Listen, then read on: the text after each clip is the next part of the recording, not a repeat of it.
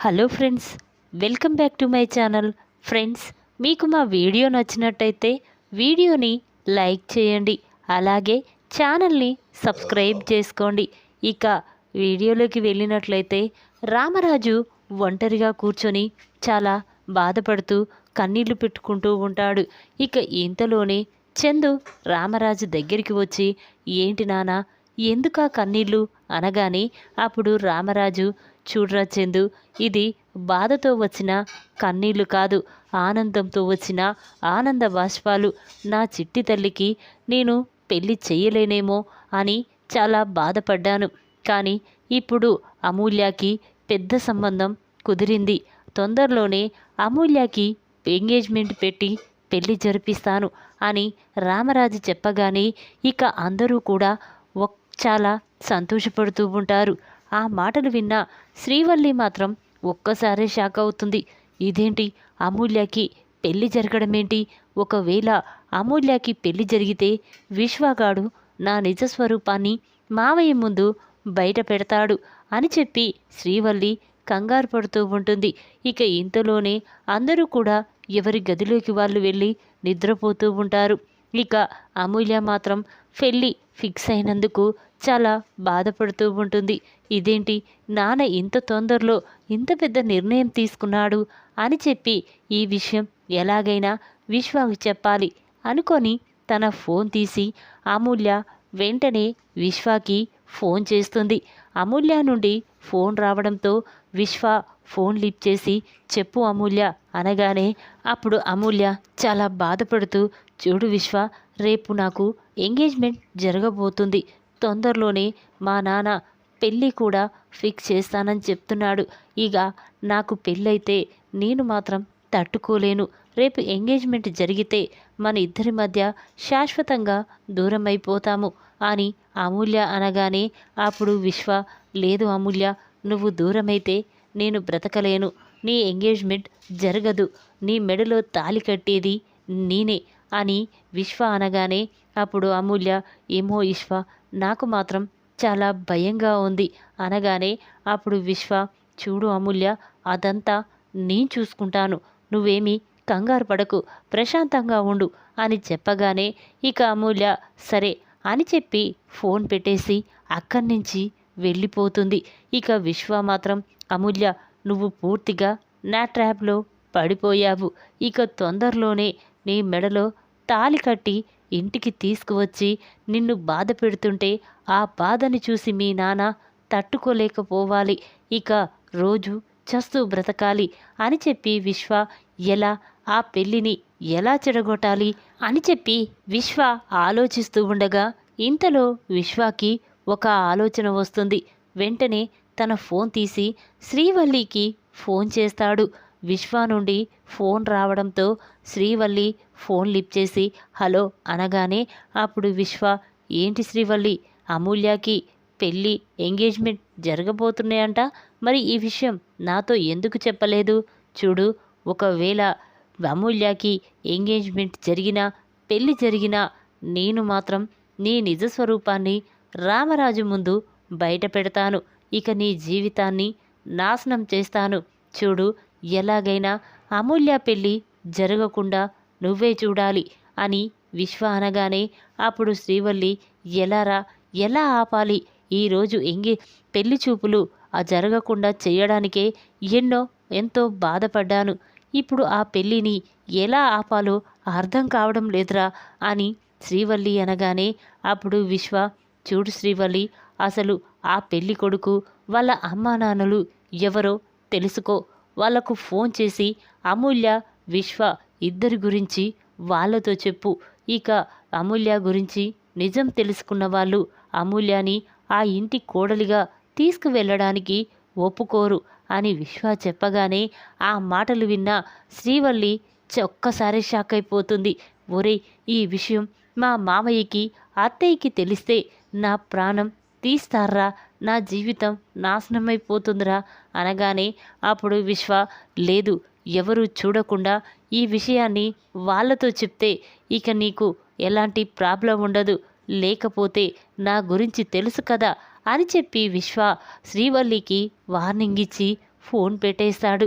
ఇక శ్రీవల్లి, ఇదేంటి వీడు నాకు ఇలా దొరికాడు, ఒకవేళ ఈ విషయం మావయ్యకి తెలిస్తే ఇక నేను ఏమైపోతానో నాకే తెలియదు అని చెప్పి చాలా బాధపడుతూ వెంటనే వేదవతి దగ్గరికి వచ్చి ఇక శ్రీవల్లి, అత్తయ్య, అమూల్యకి రేపు ఎంగేజ్మెంట్, ఈ పనులన్నీ మనమే దగ్గరుండి చూసుకోవాలి అని చెప్పి ఇక పెళ్లి కొడుకు తరపున వాళ్ళందరి గురించి శ్రీవల్లి కనుక్కుంటుంది.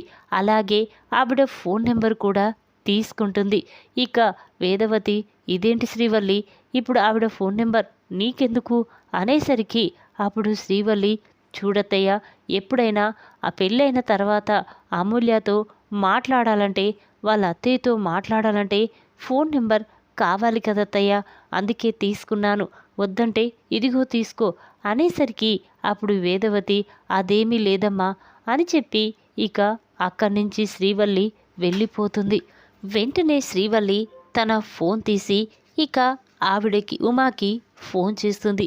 ఏదో అన్నోటైన నెంబర్ నుండి ఫోన్ రావడంతో ఉమా, ఎవరు వీళ్ళు, నాకు ఫోన్ చేయడం ఏంటి అని చెప్పి ఫోన్ పక్కకి పడేస్తుంది.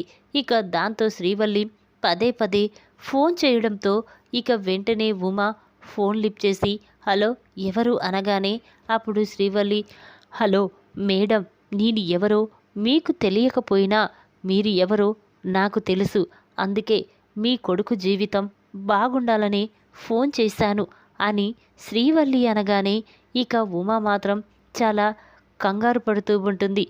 ఏంటమ్మా, నాకు కొడుకు జీవితం బాగుండడం ఏంటి, అసలు నువ్వు ఎవరు, ఎందుకు ఫోన్ చేశావు, ముందు అది చెప్పు అనేసరికి అప్పుడు శ్రీవల్లి, చూడు మేడం, మీరు రామరాజు చిన్న కూతురైన అమూల్యాని మీ కొడుక్కిచ్చి పెళ్లి చేసి మీ ఇంటి కోడలిగా చేసుకోవాలనుకుంటున్నారు. కానీ మీరనుకున్నట్టు ఆ రామరాజు కుటుంబం తన చిన్న కూతురు మంచిది కాదు అని చెప్పగానే ఇక ఉమ ఒక్కసారి షన్నైపోతుంది. ఏంటి, ఏం మాట్లాడుతున్నా, రామరాజు గారా, అతని పిల్లల గురించి మాట్లాడే హక్కు మనకు ఎవరికీ లేదు. ఆడపిల్లనైన రామరాజు ఎలా పెంచుతాడో నాకు ముందు నుంచి తెలుసు. ఆ అన్నయ్య గురించి ఒక్కసారి తప్పుగా మాట్లాడావంటే వెంటనే నీ నెంబర్ని చూసి పోలీసులకు చెప్పి అరెస్ట్ చేయిస్తాను అని చెప్పగానే ఇక శ్రీవల్లి ఒక్కసారి షాక్ అయిపోతుంది. ఇక వెంటనే తన మనసులో, ఇదేంటి ఈవిడ ఇలా మాట్లాడుతుంది అని చెప్పి వెంటనే శ్రీవల్లి, చూడండి మేడం, రామరాజు గారు మంచివారే, కానీ తన చిన్న కూతురు అమూల్య మాత్రం ఎదురింటి తన మేనమామ కొడుకైన విశ్వాని ప్రేమిస్తుంది, అతన్నే పెళ్లి చేసుకోవాలనుకుంటుంది. అది తెలుసుకొని రామరాజు, వేదవతి ఇద్దరూ కూడా తన కూతుర్ని వెంటనే పెళ్లి చేసి పంపించాలనుకున్నారు. అందుకే ఈ విషయం ఎవరికీ తెలియకుండా మీ ఇంటికి వచ్చి తన కూతుర్ని మీ ఇంటి కోడల్ని చేస్తానని చెప్పి వెళ్ళాడు కదా అని శ్రీవల్లి అనగానే ఆ మాటలు విన్న ఉమా మాత్రం ఏదో ఆలోచిస్తూ ఉంది. అవును, నువ్వు చెప్పింది కరెక్టే, రామరాజు, వేదవతి ఇద్దరూ కలిసి ఇంటికి వచ్చి మరి తన కూతుర్ని నా కొడుక్కిచ్చి పెళ్లి చేస్తానన్నారు అని ఉమా చెప్తుంది. ఇక దాంతో శ్రీవల్లి, చూసారా మేడం, ఆ రోజు మీరు ఆ అమూల్యాన్ని నీ ఇంటి కోడల్ని చేసుకుంటానంటే ఇవ్వలేదు, కానీ రామరాజు, వేదవతి తనంతటే తానే మీ ఇంటికి వచ్చి తన కూతుర్ని నీ కొడుక్కిచ్చి పెళ్లి చేస్తానని వాళ్ళే ఒప్పుకున్నారు కదా, మరి ఏ తప్పు చెయ్యని అమూల్య గురించి ఎందుకు మీకు దగ్గర అబద్ధమాడారు? చూడండి మేడం, నేను నిజం చెప్తున్నాను, అమూల్య మంచి అమ్మాయి కాదు, విశ్వాని ప్రేమించింది, వాళ్ళిద్దరూ ప్రేమించుకున్నారు. ఒకవేళ బలవంతంగా తన కూతుర్ని నీ కొడుక్కిచ్చి పెళ్లి చేసిన అమూల్య మాత్రం ఆ విశ్వగాడితోనే వెళ్ళిపోతుంది. ఆ తర్వాత నీ పరువు, ప్రతిష్ట అందరి ముందు నాశనమవుతుంది. ఎందుకైనా మంచిది ఆలోచించుకోండి అని చెప్పి ఇక శ్రీవల్లి ఉమాకి చాటుగా వెళ్ళి చెప్తూ ఉంటుంది. ఇక ఇంతలోనే అటుగా వెళ్తున్న రామరాజు, వేదవతి, నర్మద శ్రీవల్లి మాటలు చాటుగా విని ఒక్కసారి షాక్ అయిపోతుంది. ఇక నర్మద వెంటనే శ్రీవల్లి దగ్గరికి వెళ్ళి, ఏంటక్క, నువ్వు ఏం చేస్తున్నావో నీకైనా అర్థమవుతుందా? అమూల్య గురించి కాబోయే అత్తగారితో అలాగైనా మాట్లాడేది? అయినా అమూల్య విశ్వాని ప్రేమించడమేంటి? వాడు బలవంతం చెయ్యడం వల్లే అమూల్య విశ్వాని ప్రేమించింది. కానీ ఆ విషయం తెలుసుకున్న మావయ్య అమూల్యకి మంచి జీవితాన్నివ్వాలని వేరే అబ్బాయికిచ్చి పెళ్లి చెయ్యాలని అక్కడికి వెళ్ళి సంబంధం కుదుర్చుకొని ఇంటికి వచ్చారు. అలాంటి అమూల్య జీవితాన్ని మళ్ళీ నువ్వు నాశనం చెయ్యాలని చూస్తున్నావా అని నర్మద అనగానే అప్పుడు శ్రీవల్లి, అది కాదు నర్మద, నేను చెప్పేది విను అంటూ ఉంటే ఇక నర్మదకి చాలా కోపం వస్తుంది. వెంటనే శ్రీవల్లి చెంప పగలగొడుతుంది. చూసావా మామయ్య, ఈ శ్రీవల్లి ఆ విశ్వగాడితో చేతులు కలిపి అమూల్యాని విశ్వాని ప్రేమించుకునేలా చేసింది. తనే అమూల్యాని విశ్వాకి పెళ్లి చెయ్యాలని చూస్తుంది. ఇదంతా ఈ శ్రీవల్లి ప్లానే మావయ్య అని నర్మద అనగానే ఇక రామరాజు శ్రీవల్లి దగ్గరికి వచ్చి, అమ్మ శ్రీవల్లి, ఎందుకమ్మా ఇలా చేస్తున్నావు? అమూల్య నీ ఆడపడుచు. ఈ ఇంటి ఆడబిడ్డ జీవితాన్ని నాశనం చెయ్యాలని నీకెలా అనిపించిందమ్మా అని రామరాజు అనగానే అప్పుడు శ్రీవల్లి, లేదు మామయ్య అసలు అంటూ ఉంటే ఇక రామరాజుకి చాలా కోపం వస్తుంది. వెంటనే శ్రీవల్లి చెంప పగలగొడతాడు. చూడు, ఇన్ని రోజులు నువ్వు ఎంతో మంచిదానివనుకున్నాను, కానీ నీ మాయ మాటలు నమ్మి మేమందరం మోసపోయాం. ఇంకొకసారి నా కూతురు గురించి ఇలా చెప్పావంటే నీ ప్రాణం తీసేస్తాను.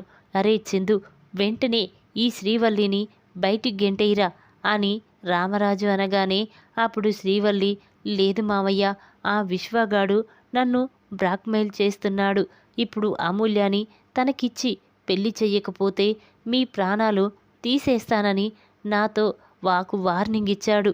అందుకే మీ ప్రాణాల కోసమే నేను ఆ విశ్వగాడు చెప్పినట్టు చేస్తున్నాను మామయ్య అని శ్రీవల్లి అబద్ధమాడడంతో ఇక రామరాజు, ఏంటి, ఆ విశ్వగాడు అమూల్యానిచ్చి పెళ్లి చేయకపోతే నా ప్రాణం తీసేస్తానని చెప్పాడా? వేడి ఆడెక్కడ అని చెప్పి రామరాజు అంటూ ఉంటే ఇక నర్మద, లేదు మామయ్య, ఈ శ్రీవల్లి మాటలు నమ్మొద్దు. ఇప్పుడు తను తప్పించుకోవడం కోసమే ఇదంతా అబద్ధమాడుతుంది, ఈ ప్లాన్ వేస్తుంది. కానీ విశ్వాకి అమూల్యకి మధ్య ప్రేమ రాయబారం నడిపిందే ఈ శ్రీవల్లి. అసలు ఈ శ్రీవల్లి ఆ విశ్వగాడికి ఎందుకు అంతలా భయపడుతుందో అది తెలుసుకోవాలి, పదమావయ్య అని చెప్పి ఇక నర్మద శ్రీవల్లి చెయ్యి పట్టుకొని లాక్కొచ్చి భద్రావతి ఇంటి ముందు నిలబెడుతుంది. ఇక అది చూసిన రామరాజు, భద్రావతి, విశ్వ సేనాపతి అని గట్టిగా పిలుస్తూ ఉంటాడు. ఆ మాటలు విన్న అందరూ కూడా బయటికి వస్తారు. ఇక రామరాజు, ఒరే విశ్వ, ఒక ఆడపిల్లని అడ్డం పెట్టుకొని నన్ను సాధించాలని చూస్తావా? నా కోడలికి వార్నింగ్ ఇచ్చి నా కూతురు జీవితాన్ని నాశనం చెయ్యాలని చూస్తావా? ఎంత ధైర్యంరా నీకు అని రామరాజు విశ్వ కాలర్ పట్టుకొని లాక్కొస్తూ ఉంటాడు.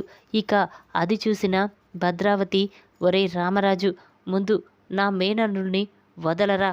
అసలు నీ కోడలే నా దగ్గర 10 లక్షల రూపాయలు తీసుకుని మీ కుటుంబాన్ని మోసం చేస్తుంది. ముందు నీ కోడల్ని అడగరా అని భద్రావతి అనేసరికి ఇక ఆ మాటలు విన్న అందరూ కూడా ఒక్కసారి షాక్ అయిపోతారు. ఇక వెంటనే చందు మాత్రం, ఏంటి, శ్రీవల్లి 10 లక్షలు తీసుకుందా? అవునా? చెప్పు శ్రీవల్లి, నిజం చెప్పు. వాళ్ళ దగ్గర ఆ డబ్బు ఎందుకు తీసుకున్నా? ఆ అవసరం నీకేముంది అని చందు అంటూ ఉంటే అప్పుడు శ్రీవల్లి, లేదు బావా, నేను తీసుకోలేదు అని చెప్పగానే ఇక భద్రావతి, ఒరే చందు, నీ భార్యే నిన్ను మోసం చేస్తుందిరా. అసలు ఆ సేటు దగ్గర 10 లక్షలు తెచ్చి మీకిచ్చింది. ఆ డబ్బే నా దగ్గర తీసుకొని వాళ్ళ అమ్మ వాళ్ళకిచ్చి అది ఆ చేతితోనే మీకియ్యమని చెప్పింది. ఆ డబ్బే నా దగ్గర తీసుకొని మీ ఇంట్లో ఏం జరిగినా ప్రతి విషయం నాతో చెప్తుంది. నీ భార్యే నిన్ను అంతలా మోసం చేసినప్పుడు మీరేంట్రా నా మేనల్లుడు మోసం చేశానని వాడి కాలర్ పట్టుకొని లాక్కెళ్తున్నారు? చూడు, ఇంకొకసారి నా మేనల్లుడిని ఏదైనా అన్నారంటే నేను ఊరుకోను అని చెప్పి ఇక భద్రావతి రామరాజుకి వార్నింగ్ ఇవ్వడంతో ఆ మాటలు విన్న రామరాజు అక్కడే కుప్పకూలిపోతాడు. ఇక భద్రావతి మాత్రం ఒరేయ్ పదరా, తన భార్యని తను చెప్పు చేతుల్లో పెట్టుకోకుండా మన మీదికి తీసుకురావడమేట్రా, పదండి, అయినా ఈ రామరాజుగాడు ఇలాగే చేస్తాడు అని చెప్పి ఇక అందరూ కూడా అక్కడి నుంచి వెళ్ళిపోతారు. ఇక ఆ మాటలు విన్న రామరాజు, వేదవతి చాలా బాధపడుతూ ఉంటారు. ఇక చందు మాత్రం నానా, మన పరువు ప్రతిష్ట తీసిన ఈ శ్రీవల్లి ఇక ఇంట్లో ఒక్క నిమిషం కూడా ఉండకూడదు, బయటికి గెంటెయ్ అని రామరాజు అనగానే ఇక చందు శ్రీవల్లి మెడ పట్టుకొని బయటికి గెంటేస్తాడు. ఇక అలా రామరాజు మాత్రం భద్రావతి సేనాపతి అన్న మాటల గురించే ఆలోచిస్తూ చాలా బాధపడుతూ ఉంటాడు. ఇక చందు మాత్రం నానా, ఆ శ్రీవల్లి గురించి నిజం తెలియక శ్రీవల్లి మాయ మాటలు నమ్మాను, నేను కూడా మోసపోయాను అని చెప్పి ఇక చందు రామరాజుని క్షమాపణ అడుగుతాడు. ఈ విధంగా శ్రీవల్లి మాటలు చాటుగా విని శ్రీవల్లి చెంప పగలగొట్టిన నర్మద, షాక్లో భద్రావతి. ఈ వీడియో కనుక మీకు నచ్చినట్టయితే లైక్ చేయండి. మరిన్ని వీడియోల కోసం మా ఛానల్ని తప్పకుండా సబ్స్క్రైబ్ చేసుకోండి. Thanks for watching.